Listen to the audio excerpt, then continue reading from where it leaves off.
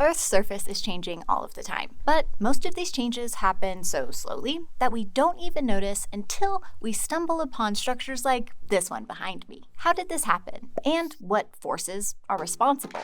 And is it still happening? Let's find out together in this episode all about weathering, erosion, and deposition.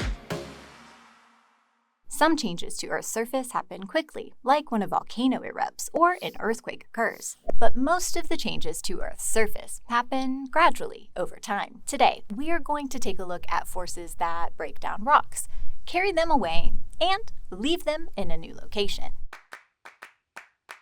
Weathering is the physical and chemical breakdown of rocks into sediments by wind, water, ice, temperature, and living organisms. Weathering wears away exposed surfaces over time and is often categorized as physical weathering, sometimes called mechanical weathering, and chemical weathering. Physical weathering is the breakdown of rocks and minerals into smaller pieces or sediments without a change in composition. Like if I were to place this chocolate chip cookie inside a plastic bag, and we are left with only crumbs, but they're still composed of the same chocolate chip cookie materials, just smaller. Oh, I'm definitely still eating this. Chemical weathering occurs when a rock or minerals are changed when they are exposed to things like acids or oxygen. The oxidation of this rock is one example. Rocks don't rust in the same way that the iron on your bike chain does, but they can go through a similar process called oxidation. When iron-containing minerals in rocks react with oxygen in the presence of water, iron oxide forms.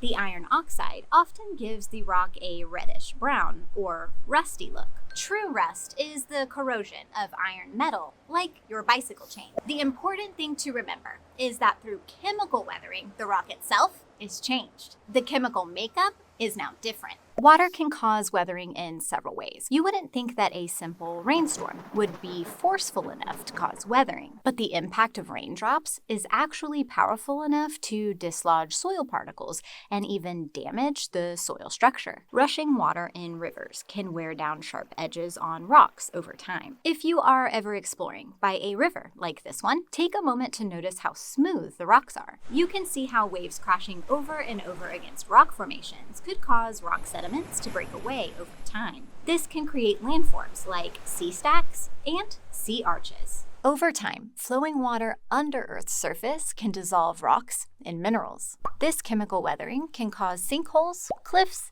and caves to form. When carbonic acid slowly seeps through limestone underground, it can open up huge cracks or carve out networks of caves. Liquid water can also seep into cracks or crevices in rock. If temperatures drop low enough, that water will freeze and become solid ice. You might be thinking that this isn't really a big deal, and I would agree with you. If water didn't expand once it was frozen, the water acts like a wedge, slowly expanding the cracks and crevices in rock.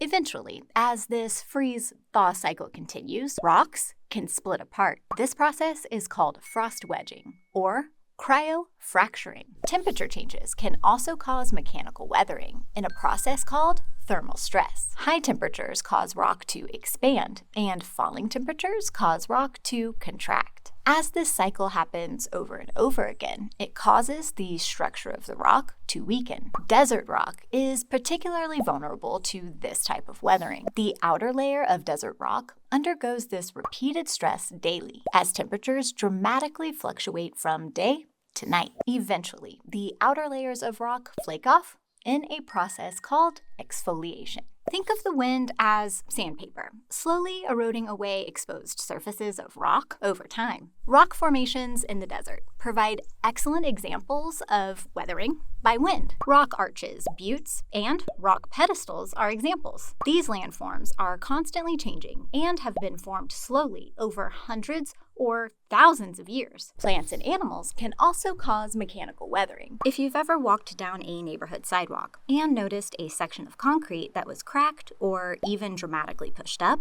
you've likely observed biological mechanical weathering. As trees grow, their roots grow larger and expand, sometimes right under your neighborhood sidewalk. Even small plants, like these mosses, can enlarge tiny cracks in rocks as they grow. Animals that tunnel underground, like prairie dogs, rabbits, moles, and foxes, also work to break apart rock and soil. Animals, even humans, trample rock above ground, causing it to slowly crumble. If you're still here liking this video, let us know, and hit that subscribe button so you never miss an episode.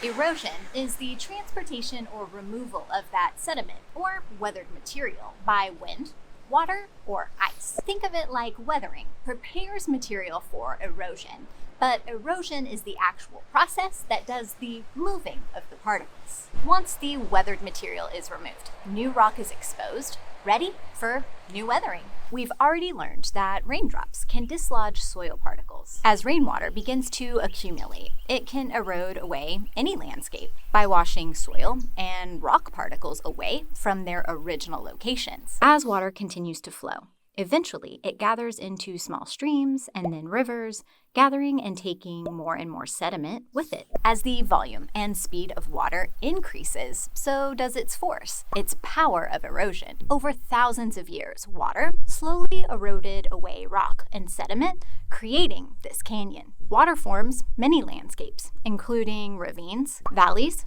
cliffs, and coastlines. Along the coastline, ocean water breaks up and wears away rock. Waves crash against the rocks over and over again, weathering away the outer layer. The movement of the ocean waves and tides then transport those sediments out to the ocean floor or bring them up to the beach. Sand dunes like these behind me are formed by wind erosion. Sediments are picked up by wind and then deposited in new locations. Wind isn't able to move the sand particles more than a few inches at a time as the grains roll along. The lack of vegetation also doesn't help.